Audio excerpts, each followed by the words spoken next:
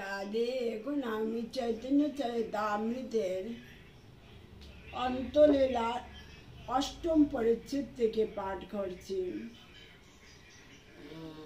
যিনি রামচন্দ্রপুরীর ভয়ে নিজের লৌকিক বুঝনের অন্ন সংকোচ করেছিলেন, অর্থাৎ আহার কমিয়েছিলেন, সেই শ্রী কৃষ্ণ চৈতন্যদেবকে বন্দনা করলেন গ্রন্থকার।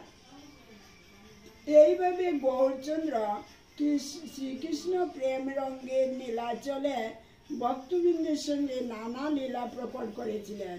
এমন সময় নীলাচলে এলেন রামচন্দ্রপুরী গোসাই। তিনি এসে মহাপ্রভু আর পরমানন্দ পুরীর সঙ্গে মিলিত হলেন। পরমানন্দ পুরী তার চরণ বন্দনা করলেন। মহাপ্রভুও তাকে দণ্ডবত প্রণাম করলেন।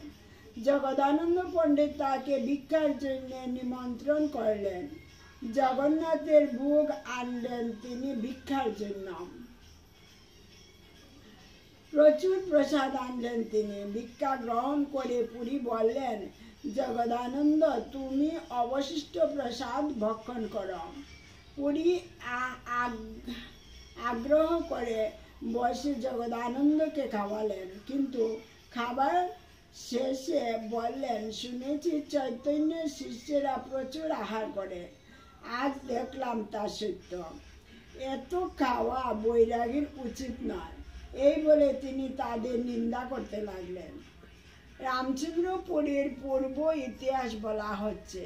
পূর্বে যখন মাধবেন্দ্র পুরী কৃষ্ণ নাম সংকীর্তন করতে করতে মথুরা পেলাম না বলে ক্রন্দন করতেন, তখন রামচন্দ্র শিষ্য হয়ে গুরুকে ভয়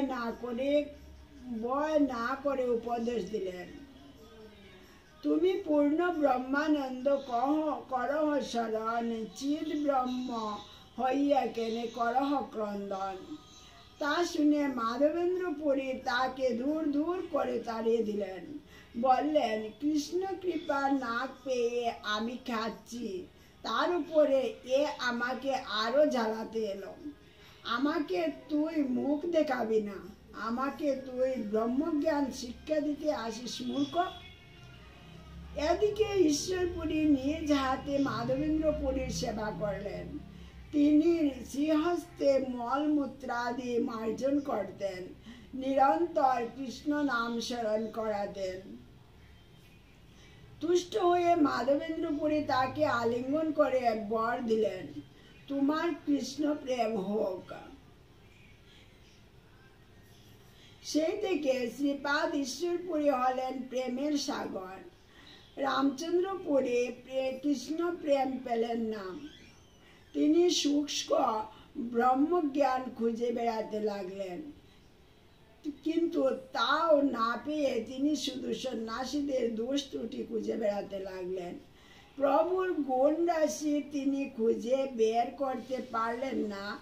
তিনি শুধু প্রভুর দোষ খুঁজতে লাগলেন। তিনি কোথাও ছিদ্র না পেয়ে অবশেষে বললেন, সন্ন্যাসী হইয়া করে মিষ্টান্ন ভক্ষণ, এই ভোগে কেইচে হয় ইন্দ্রিয় ভারণ। এইভাবে প্রভুকে নিন্দা করেন। তবু তিনি প্রতিদিন প্রভুকে দেখতে আসেন। প্রভু তাকে গুরুজ্ঞানে সম্মান করেন।